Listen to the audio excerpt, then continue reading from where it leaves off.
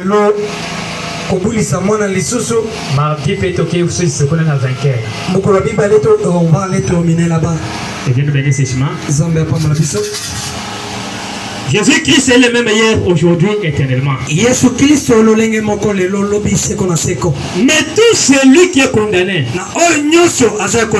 est manifesté par l'amour. Et quand tout celui qui est manifesté est lumière. Et Dieu nous bénisse ces chemins. Amen, tout va bien. Et c'est pour cela qu'il est dit réveille-toi. Peut-être que l'un de nous, il ne se reconnaissent pas. Il ne connaît pas Dieu là où il se retrouve. Il ne connaît pas l'importance de la parole de Dieu. Il est en train de se conduire comme ça. Et ce n'est pas commencé aujourd'hui. Depuis le temps de Jésus, il était lui-même sur la barque avec ses disciples. Mais il a cherché à découvrir la foi qui était dans ses disciples. Il a dit, je sais bien qu'il doit oublier leur puissance. Ils ne se reconnaissent pas. Et peut-être s'ils sont en fait, pour quelques minutes, et je dois les prouver. Et pour savoir s'il y a des gens qui me connaissent, même si je ne suis pas là, mais qu'ils connaissent bien que dans la parole, il y a une puissance. Donne-moi un amen. Jésus est là, au milieu d'eux. Il s'est reposé. Un grand sommeil est venu sur lui. Un grand sommeil est venu sur lui. Mais le corps était allé là comme une personne qui dormait. Mais si le plan spirituel, il était là assis avec eux. Et le diable venait. Dieu permet aussi que le diable vienne. Dans ta vie pour savoir que si tu es le véritable fils de Dieu ou pas.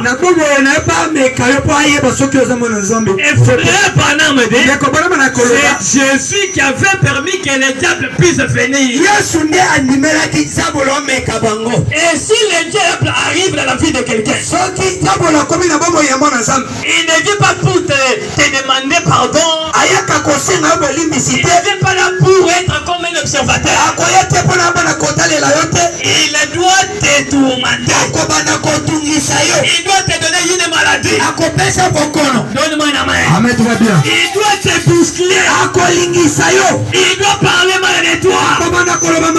Maman peut te frapper.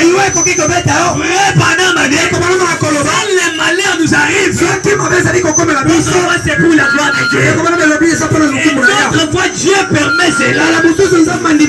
Et c'est pourquoi cela vous attrape. Jésus avait voulu savoir si la foi parfaite est dans le corps de ses disciples. Il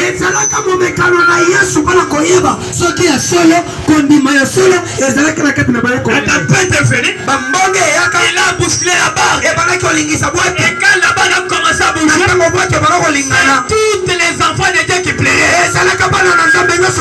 Donne-moi la main. Ne dormez pas. Tout le monde a commencé à pleurer. Vraiment, il oublie que Jésus était au milieu d'eux. Ils ont commencé à pleurer.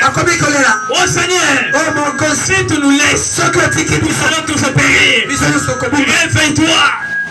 Réveille-toi. Ne dors pas. Mais vraiment, elle avait la puissance. Et chasser aussi les démons.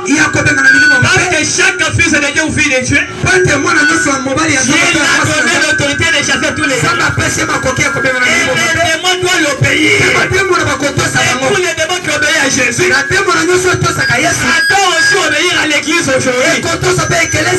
Ne t'oublie pas. Vous avez l'autorité de chasser aussi tous les démons. Ils ont commencé à pleurer. Ils ont commencé à pleurer. Ils boossaient Jésus. Ils allaient tous se périr. Et quand Jésus s'est réveillé, il a dit l'homme de peu de foi. Quel type d'homme? Qui ne se reconnaissent pas. Quelle la puissance qu'il y a dans ma vie. J'ai mis cela dans votre vie. Si je chasse les démons, toi aussi tu dois chasser Donne-moi une main. Mais toi, tu ne te reconnais pas. Mais pourquoi la Bible dit ne dors pas. Mais réveille-toi. Reconnais bien ta position. Le même Dieu est toujours en fait que toi. Le même Dieu d'Abraham. Le même Dieu de Branham. C'est le même Dieu que nous avons aujourd'hui. Et s'il avait béni hier, il est obligé de bénir aussi sur la terre. Et s'il avait guéri hier, il est obligé de nous pour te guérir aussi. Et s'il avait pardonné les péchés, même ce matin, il doit pardonner nos péchés.